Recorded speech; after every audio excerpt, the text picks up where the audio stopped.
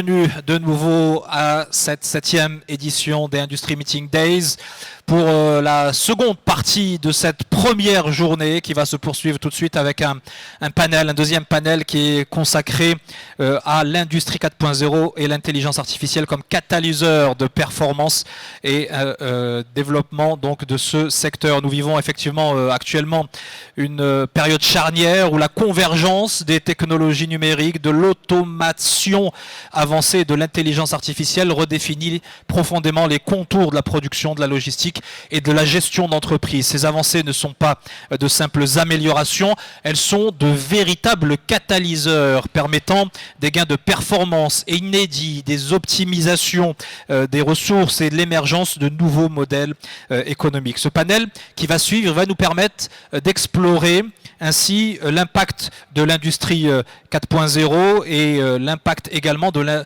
l'intelligence artificielle dans ce domaine.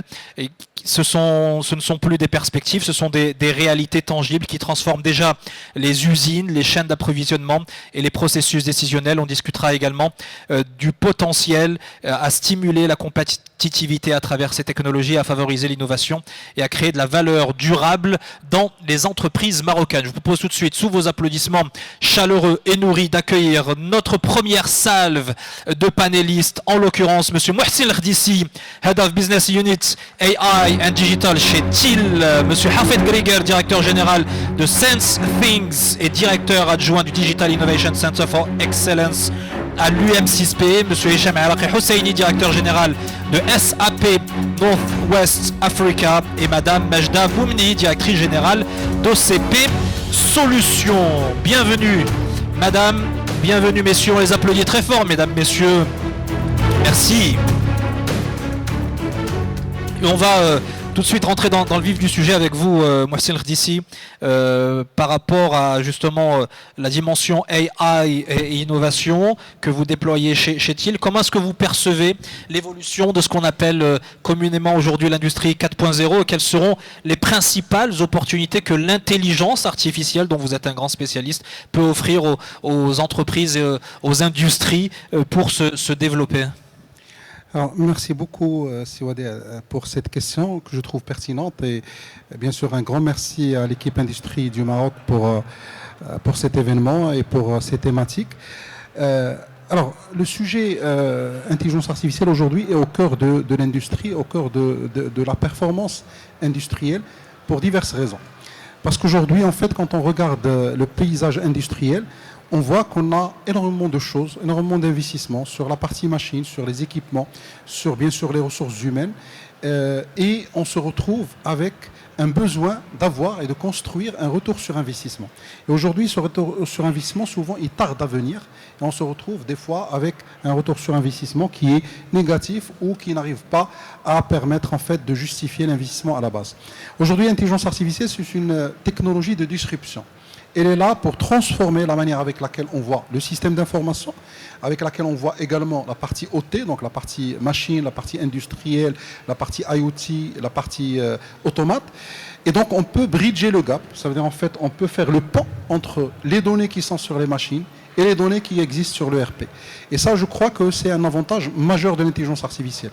Je voudrais également évoquer, parce qu'aujourd'hui, beaucoup d'industriels se posent la question sur cet impact de l'intelligence artificielle. Alors certes, il y a un impact sur la productivité, sur le rendement des équipes, parce qu'en automatisant certaines tâches répétitives, typiquement des tâches de saisie, notamment des tâches en lien avec la productivité, les comptes rendus de réunion, les analyses de mails, des analyses de fichiers et de données, effectivement, on peut atteindre un niveau de rendement amélioré. Ça veut dire tout simplement qu'on peut gagner 1 heure, 2 heures par jour, ce qui n'est pas rien. Quand on parle de 2 heures par jour, là, ça revient à quelque part 1 journée par semaine, ce qui est équivalent à 4 jours par mois. C'est presque 1 semaine additionnelle qu'on gagne. Mais de l'autre côté, ce qui est important à noter, c'est que l'impact qu'on croit sur l'emploi n'est pas toujours avéré. Il y a des gens qui vont vous dire l'intelligence artificielle va tuer de l'emploi, il va permettre d'automatiser des choses et donc finalement on va se retrouver avec des employés qui vont être au chômage à cause de ça. Je vais vous donner un exemple qui est l'exemple d'un grand constructeur automobile aujourd'hui, un chinois qui est BYD. Alors je ne sais pas si vous le savez, mais BYD qui est une entreprise parmi les plus avancées en termes de robotisation, un véhicule sort chaque 2 minutes de leur chaîne industrielle, aujourd'hui c'est le plus grand employeur dans le secteur automobile avec plus de 1 million de personnes. Sur les 1 million, il y a 110 000 personnes dans la recherche et développement. Rien que sur l'équipe AI, il y a plus de 5 000 personnes à plein temps qui travaillent que sur ça.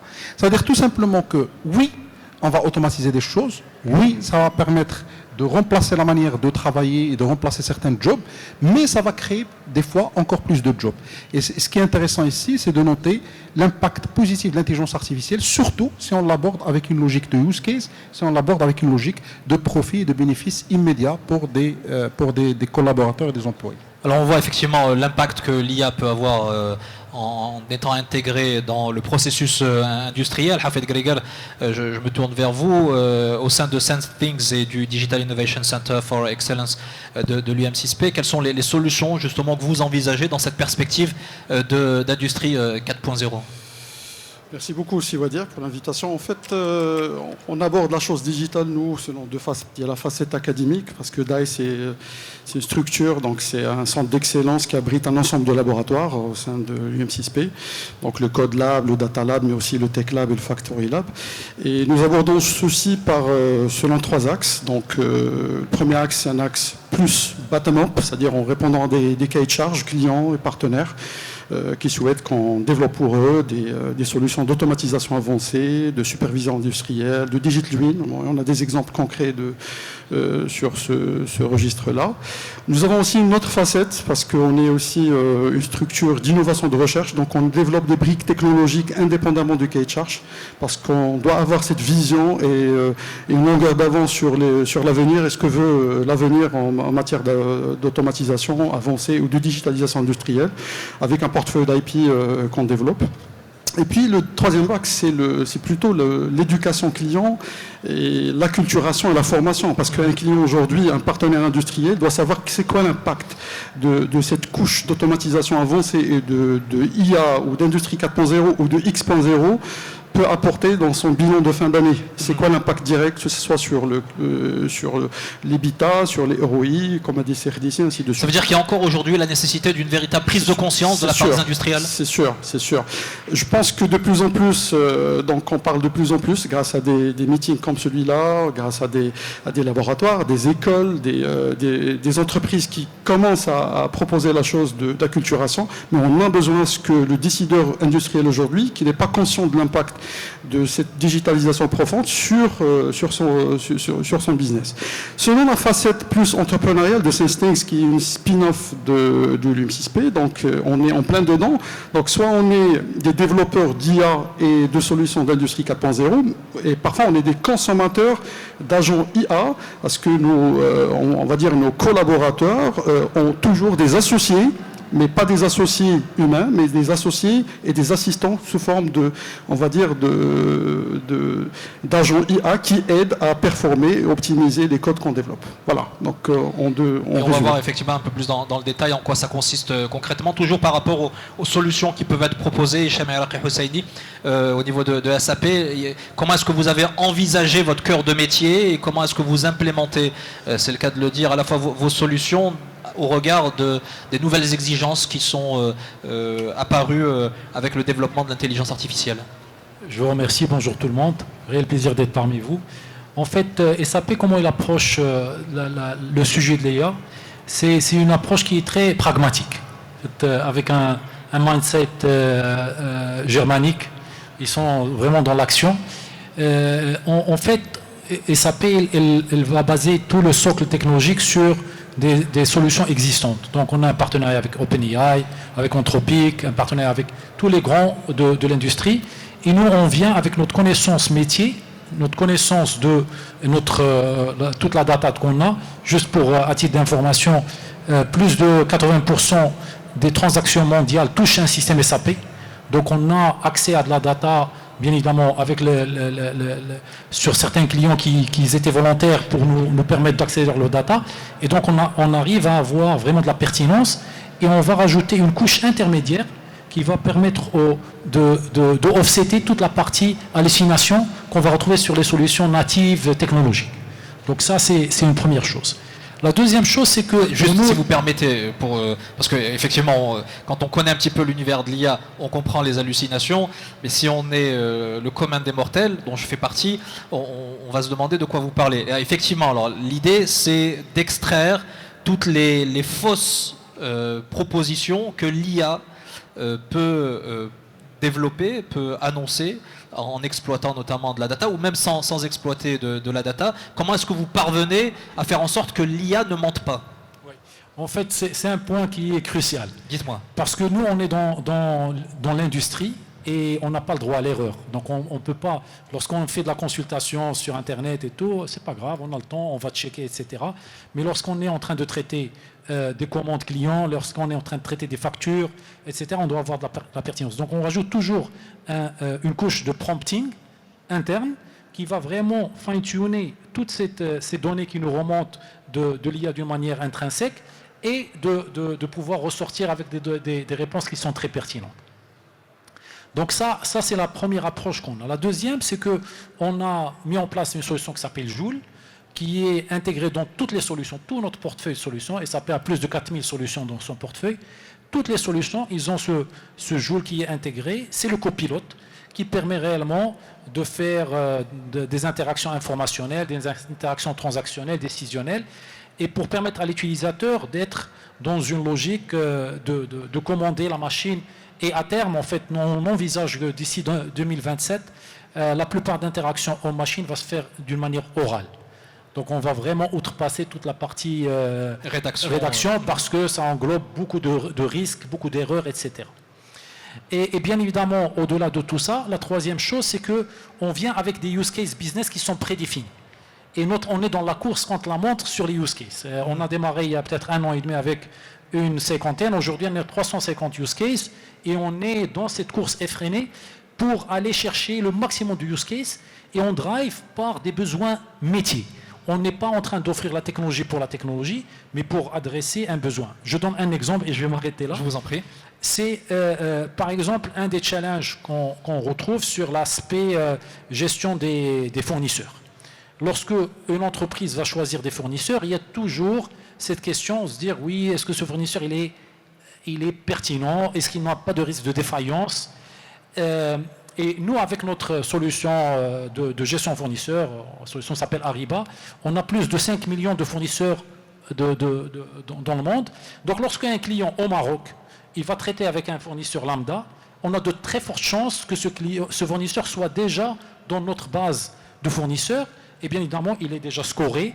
Et lorsque vous allez demander, en fait, vous allez le consulter, on peut vous donner même un préliminaire sur les risques, et ça va aller même au-delà sur toute la partie supply chain, parce qu'on sait ce qui se passe au niveau mondial sur la supply chain. Lorsque un client va commander, je ne sais pas, de l'acier, on peut anticiper et lui dire, voilà, il y a des risques sur ce fournisseur-là, et voilà les fournisseurs qui vont pouvoir adresser vos besoins avec les challenges de coûts, etc. Majda Momni, pour ce qui est d'OCP Solutions, à quel niveau de l'échelle sur le plan du développement industriel vous vous situez et avec quel type, là aussi, d'offres? Bonjour à toutes et à tous, je suis ravie d'être parmi vous. Au sein d'OCP Solutions, nous avons un accompagnement à la fois stratégique et opérationnel. Donc d'une part, nous accompagnons nos clients à voir comment ils peuvent leverager et utiliser les technologies, dont notamment l'intelligence artificielle, pour augmenter leur compétitivité, mais également pour identifier de quelle manière ils peuvent se positionner différemment sur leur marché. Et donc, même repenser leur stratégie marché, leur stratégie go-to-market et également leur intégration dans leur chaîne de valeur. Sur la partie stratégie, bien sûr, c'est des accompagnements sur la stratégie digitale, la stratégie IA et bien sûr un certain nombre de prérequis.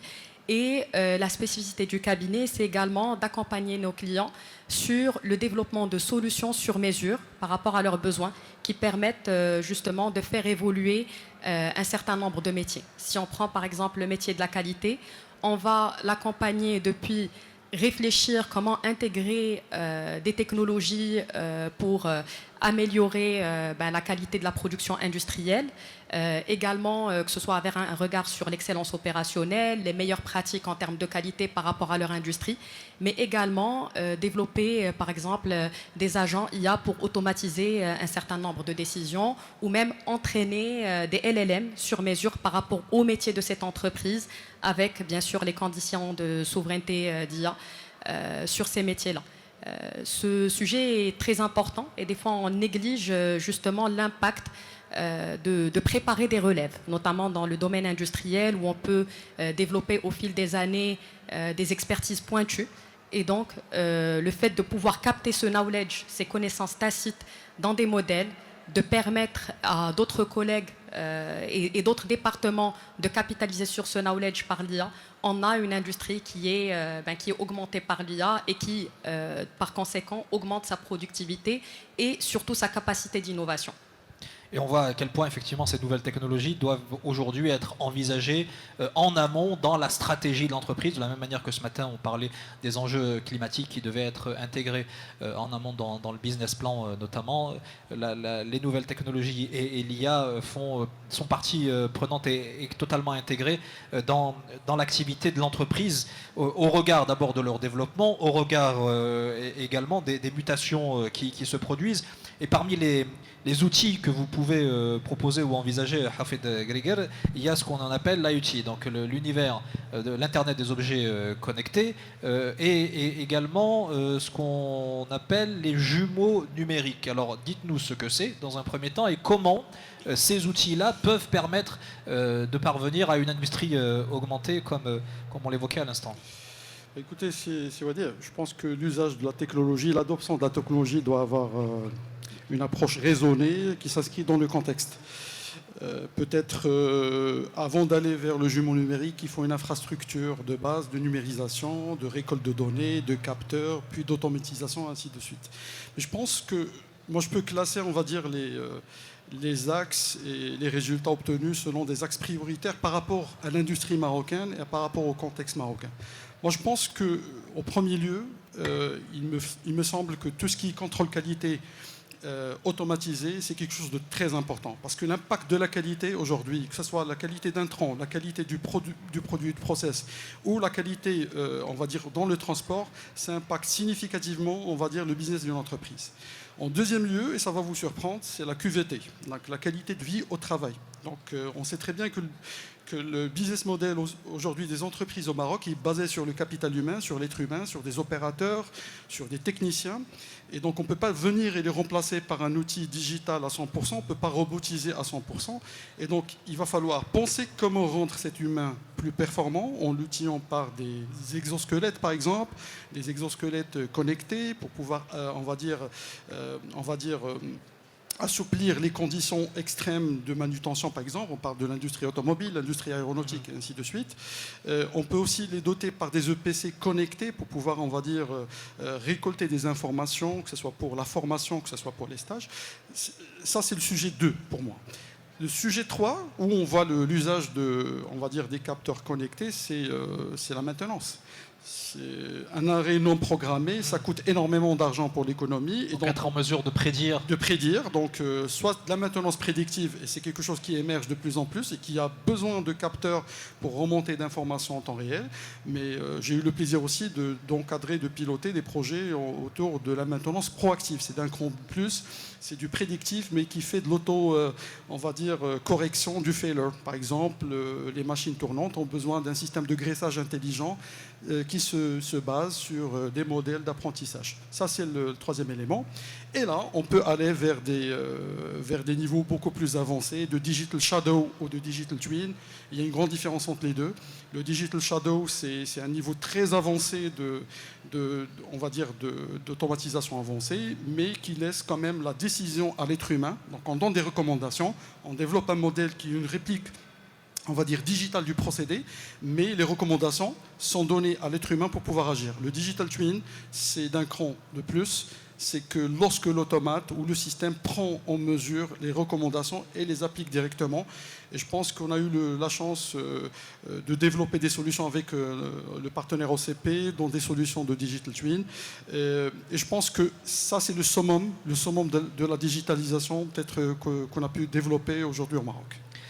Mohsin Rdissi, et d'ailleurs c'était évoqué par Hafed Greger il y a un instant, on voit que toutes ces solutions qui sont envisagées, toutes ces mutations, ces transformations, ces évolutions technologiques, elles impliquent deux enjeux. Un, une prise de conscience.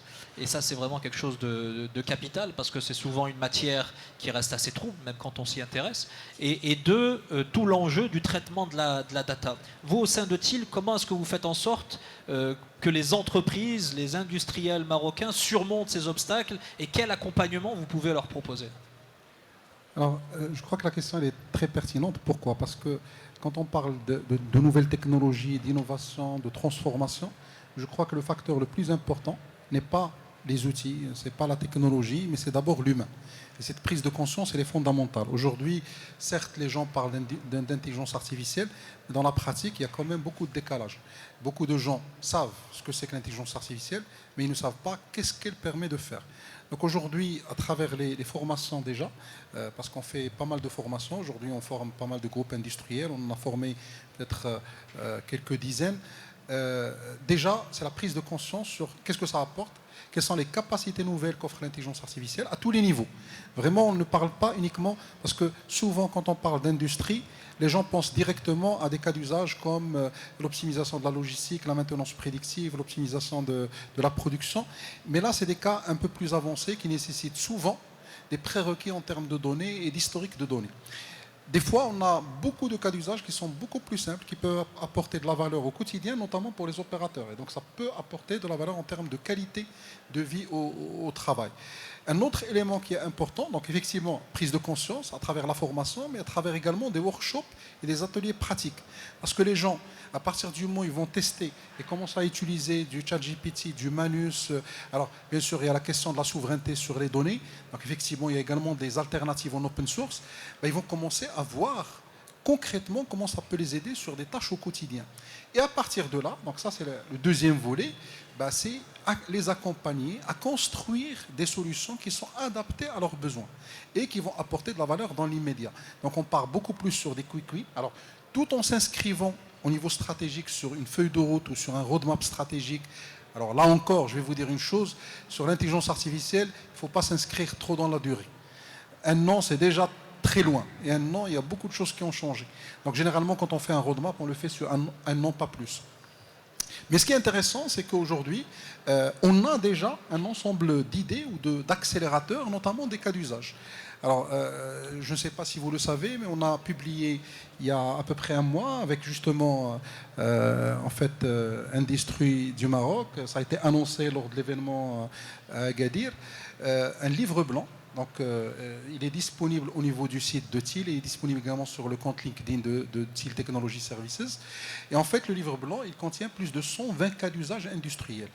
Une partie de ces cas d'usage, on a commencé déjà à les développer de manière à ce que ce soit des accélérateurs. C'est en fait quand je vais vouloir aborder le sujet de l'IA à l'intérieur de mon industrie, qu'elle soit dans l'agroalimentaire, dans la mine, dans l'énergie, dans l'automobile ou dans les autres types d'industries, il a déjà des accélérateurs qui vont lui permettre d'apporter de la valeur rapidement et dans l'immédiat. Parce que là encore, l'enjeu de l'adoption de la technologie n'est pas uniquement un enjeu technologique pur où on va essayer d'avoir le meilleur de la technologie, mais c'est un enjeu également de changement humain. Si on annonce de la transformation, de l'amélioration, de l'augmentation à travers l'IA, et que derrière, pour atteindre cet objectif, ça prend des années, ça ne sert à rien. Donc il faut qu'on puisse accompagner les gens pour réaliser de la valeur rapidement et par la suite pour réitérer, pour avancer de manière progressive, pour atteindre l'objectif final qui est l'entreprise ou l'industrie augmentée par l'IA, qui est une industrie qui performe mieux, qui permet de faire plus avec moins, tout en maîtrisant la technologie, en l'intégrant. Et je reviens juste sur le deuxième sujet qui est en fait la donnée. Aujourd'hui, on a une maîtrise de la chaîne de données de bout en bout. puisque au niveau de TIL, on a une business unit qui travaille sur tout ce qui est automatisation, tout ce qui est IoT. Donc on a cette maîtrise de l'information OT. Et on a également une BU qui travaille sur la partie SAP, donc sur la partie ERP. Et donc entre les deux, il y a tout un champ, il y a les MES, il y a les solutions d'intelligence artificielle qui permettent, donc c'est vraiment la chaîne de valeur de la donnée de bout en bout. Et s'il y a un actif, un seul, sur lesquels les industries, les entreprises doivent travailler, sur lesquels elles doivent capitaliser, c'est la data. C'est vraiment l'actif du futur et c'est ce qui fait aujourd'hui la performance des grandes entreprises, des grandes startups. C'est vrai que souvent, parfois, dans ce domaine-là, il y a beaucoup de déperditions et ça commence peut-être par la rassembler, sa data et la rendre exploitable pour ensuite pouvoir en tirer des process. On voit à travers ce que vous dites, Sirdissi, à quel point le rapport humain vis-à-vis de l'industriel quand on est développeur de solutions, il est fondamental. Majda Moumni, comment justement est-ce que vous opérez? Est-ce qu'il y a une autre manière, une autre approche, une approche originale lorsqu'il s'agit d'approcher et de traiter avec des industriels sur ces enjeux-là d'intelligence artificielle et de process technologiques? Alors, j'aimerais commencer par rappeler pourquoi c'est important justement d'intégrer l'intelligence artificielle dans la stratégie de l'entreprise et notamment des entreprises industrielles. Sur la base de benchmarks que nous avons effectués auprès de plusieurs acteurs industriels dans le monde, intégrer l'intelligence artificielle permet d'augmenter la productivité de 5 à 20%, d'augmenter le taux de service jusqu'à 10% et baisser les coûts jusqu'à moins 20%. Ce sont quand même des chiffres qui font rêver n'importe quel industriel et n'importe quelle entreprise. Et donc on voit par conséquent à quel point ceci va avoir un impact sur les résultats financiers de l'entreprise et par conséquent à sa capacité à financer de nouvelles innovations, à être compétitive. Bien sûr, comme mes confrères ont cité, il y a plusieurs use cases sur lesquels, que ce soit OCP Solutions ou d'autres acteurs accompagnent en tout cas le tissu industriel marocain. Donc, que ce soit bien sûr des sujets de machine learning classique, type optimisation d'énergie, optimisation de process. Il y a tellement de gains de valeur à étudier sa propre data et développer des modèles pour pouvoir justement piloter ces unités en temps réel et donc faire ces gains d'énergie et gains de productivité. Également, bien sûr, il y a un certain nombre de use cases qu'il est important de pouvoir capitaliser et intégrer très rapidement parce qu'effectivement, la technologie évolue très rapidement. Et la compétitivité, elle est d'abord au service des acteurs qui arrivent à capter ces technologies et à rapidement s'adapter. Donc que ce soit bien sûr les activités d'automatisation avec les agents IA et bien sûr en fonction des métiers, pouvoir, que ce soit même pour des métiers corporate, passer d'un rôle d'exécution dans le métier à un rôle de pilotage avec les capacités de l'IA. Et ou même voilà, sur des métiers industriels, voilà, aller chercher ces gains de productivité, aller chercher ce pilotage en temps réel avec des digital. Ces avantages-là, lorsque vous les présentez aux industriels, aux chefs d'entreprise avec lesquels vous traitez, est-ce qu'ils sont immédiatement réceptifs? Est-ce qu'ils ont aussi la capacité à mettre en place les process nécessaires pour intégrer ces solutions? C'est une excellente question et effectivement on a vu au sein d'OCP Solutions, c'est-à-dire un niveau de réactivité, un niveau d'intérêt qui ne fait qu'évoluer dans le temps. Effectivement, depuis 2 ans et notamment dans les tissus industriels, il y a beaucoup plus d'appétence et d'intérêt pour ces sujets. Et c'est justement aujourd'hui, chacun de nous en tant qu'utilisateur des différents LLM, c'est-à-dire on voit la productivité personnelle et par conséquent, on peut par conséquent imaginer l'intérêt pour nos industries d'intégrer ces technologies. Bien sûr, nous accompagnons nos clients avec c'est-à-dire un certain nombre d'ateliers d'acculturation autour du digital, de l'intelligence artificielle pour identifier ces use cases, qualifier également la productivité et la productivité réalisée par ces use cases-là. Et bien sûr, il y a c'est-à-dire beaucoup de travail, beaucoup d'accompagnement, mais en tout cas, il y a un intérêt de plus en plus croissant et un intérêt, des fois par contrainte, parce que l'entreprise va traverser une période difficile ou parce qu'elle veut être championne de son secteur d'activité. Et d'autres fois, c'est une opportunité qu'il faut aller saisir. Et donc, il faut non seulement intégrer, c'est-à-dire au sein de son actif industriel, mais également et surtout, c'est-à-dire dans son approche marché, dans sa relation avec les clients. Et en tout cas, l'avenir demain, il est plus, en tout cas, c'est-à-dire il sera à plus fort. Il y a une compétitivité qui sera plus importante pour les acteurs qui vont capitaliser sur ces technologies par rapport à ceux qui auront déjà un lag ou un retard pour les intégrer. Le fait que ce n'est plus un choix, c'est une profonde nécessité de s'intégrer, de s'impliquer dans ce domaine-là. Et Chami Alaqi Husseini, dans le cadre justement des démarches et des solutions que vous proposez aux entreprises, aux industriels, quelle place vous accordez à la protection des données et aux enjeux cruciaux de la cybersécurité? C'est un point très, très important, il est même crucial. Parce que on est en fait, lorsqu'on travaille avec un client, généralement on travaille sur un ROI, et pour nous c'est un Return of Innovation, qui va leur permettre vraiment de se positionner par rapport au marché, à la compétition, et d'avoir le edge, c'est-à-dire cet avantage compétitif, et bien évidemment sécuriser ses data, sécuriser toute l'information qu'il va utiliser, il est primordial. On a été, en tant que SAP, on a été précurseur de mettre en place un data center au Maroc, hébergé dans une entité marocaine souveraine, et à partir de ce data center, on dessert un certain nombre de clients, aussi bien au Maroc qu'à l'échelle de la région qu'on couvre. Déjà, ça c'est un premier investissement qu'on a fait bien à l'avance. La deuxième chose, c'est toutes les solutions que SAP entreprend, c'est des solutions qui sont secure by design, parce que et d'autant plus qu'on est une entreprise européenne, tout ce qui est DGPR, c'est dans notre DNA. Donc c'est quelque chose de fondamental qu'on regarde avec beaucoup de soin, et on accompagne même nos clients dans leur démarche pour s'assurer qu'ils sont en train de respecter, dans l'occurrence au Maroc avec CNDP, etc., et même dans les différents pays dans lesquels on opère. Et l'autre aspect, c'est la sécurité de la data au sein de l'entreprise, parce qu'on oublie que plus de 80% des challenges de sécurité qui viennent, les failles commencent à l'échelle de l'entreprise. Ouais. Donc nous, dans les solutions, c'est l'accès à l'information, la pertinence de l'information, elle est faite d'une manière vraiment très spécifique à chacun, et on a des outils qui vont nous permettre, en utilisant l'IA, qui vont nous permettre d'anticiper et de voir et détecter des fraudes potentielles. On en a plein d'histoires qu'on peut raconter, où on va se rendre compte comme quoi un utilisateur il s'est connecté à partir de Casa, et puis après une minute il s'est connecté à partir de Paris.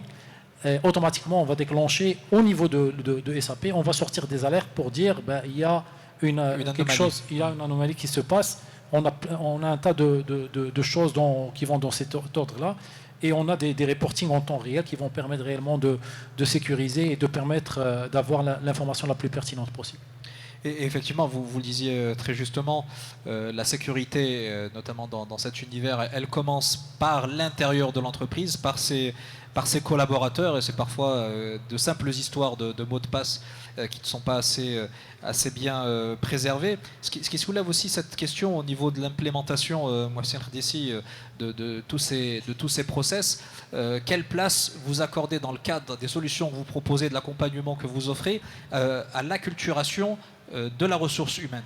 Parce qu'effectivement, quand vous vous adressez aux chefs d'entreprise, la conviction, elle est là, la volonté est là, mais derrière, s'il n'y a pas de culture réelle sur le plan technologique au sein de l'entreprise, qu'est-ce qui se passe?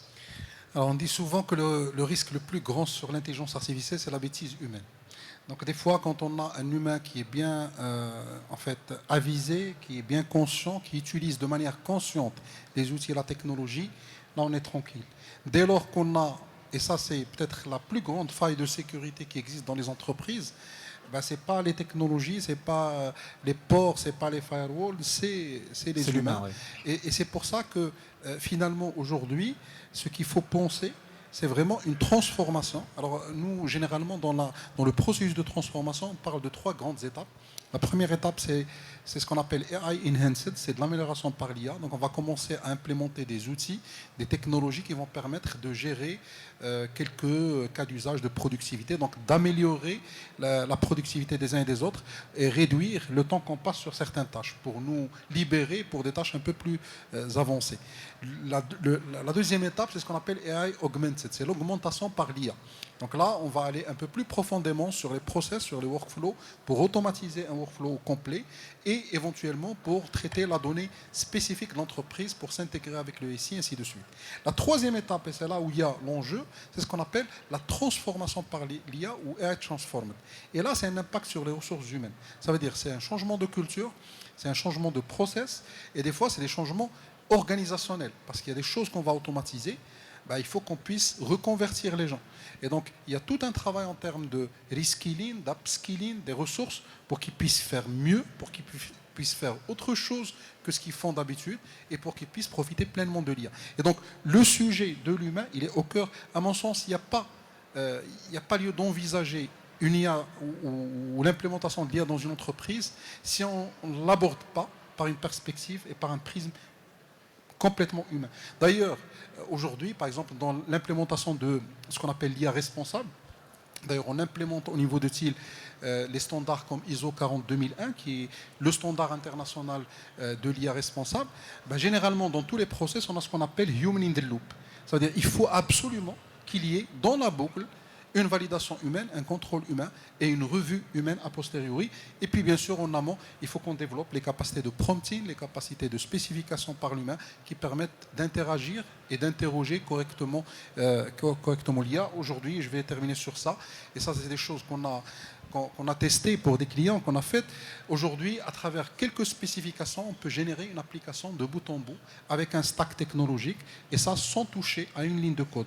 Mais ça nécessite en amont une bonne connaissance, une bonne prise en considération, un bon prompting et en aval un peu de contrôle de vérification de la part de l'humain. On voit tous ces enjeux, tous ces défis, ces sujets-là qu'on aborde aussi souvent quand on parle d'industrie sous le prisme de grandes structures, de groupes.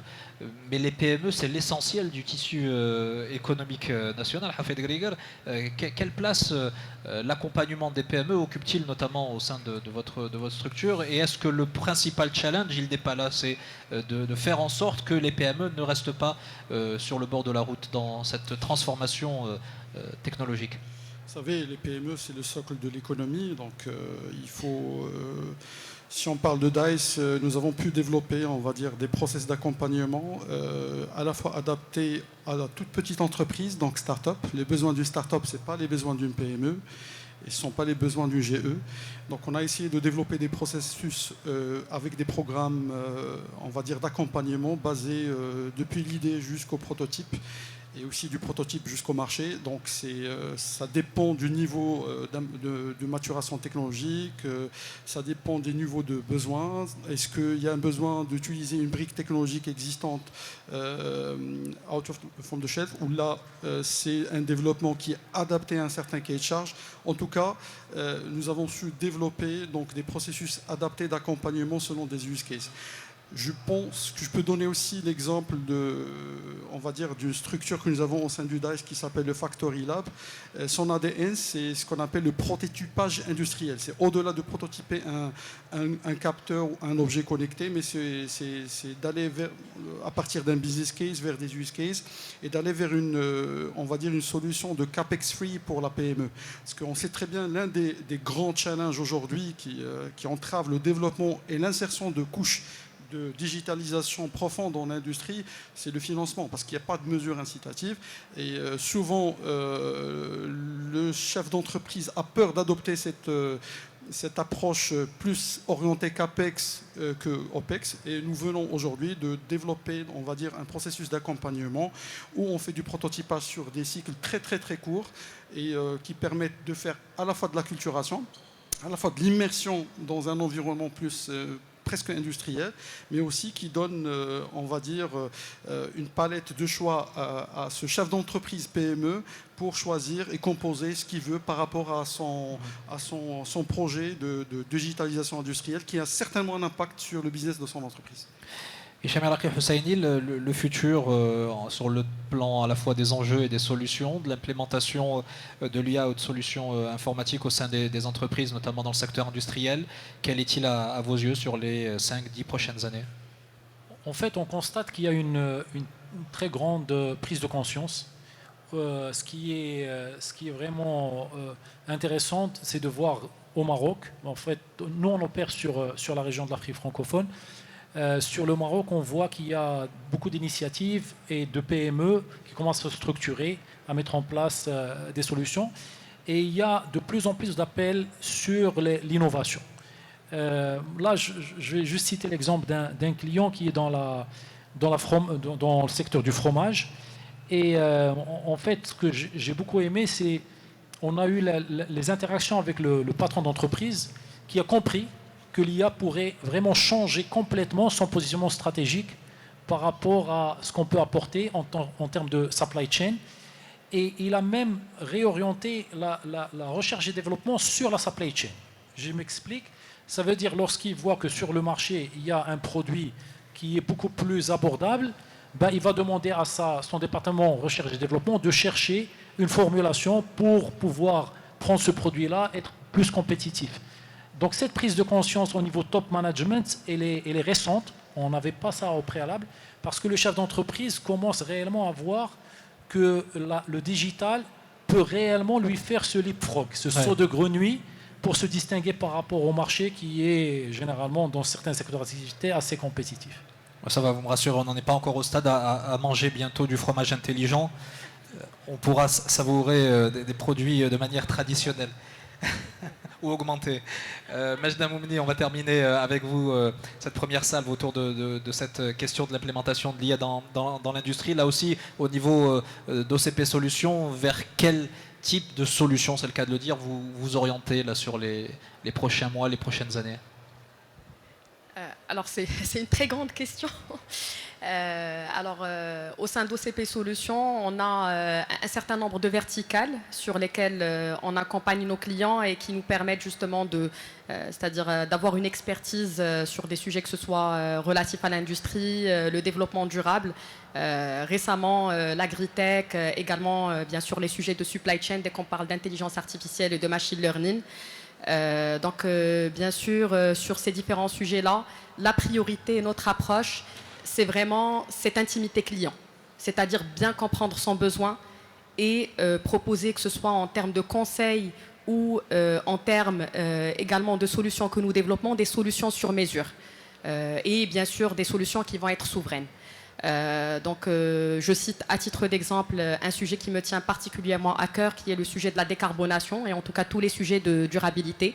Depuis l'année dernière, nous nous sommes engagés sur plus d'une dizaine de projets en lien avec la durabilité que nous déployons, que ce soit sur des stratégies de décarbonation, des projets de mesure d'empreinte carbone et également identifier des leviers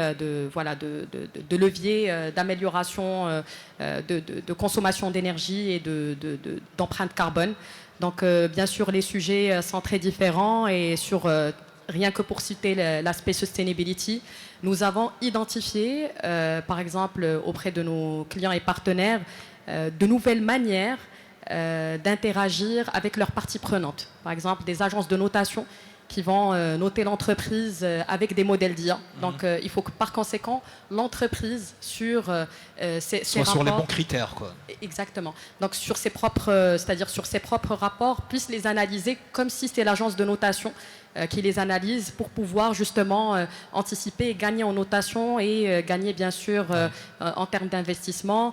Les use cases sont très larges, bien sûr la dimension sociale, on l'intègre dans les solutions IA et on met l'intelligence artificielle au service justement que ce soit du pilier, du pilier environnement, du pilier social et bien sûr gouvernance.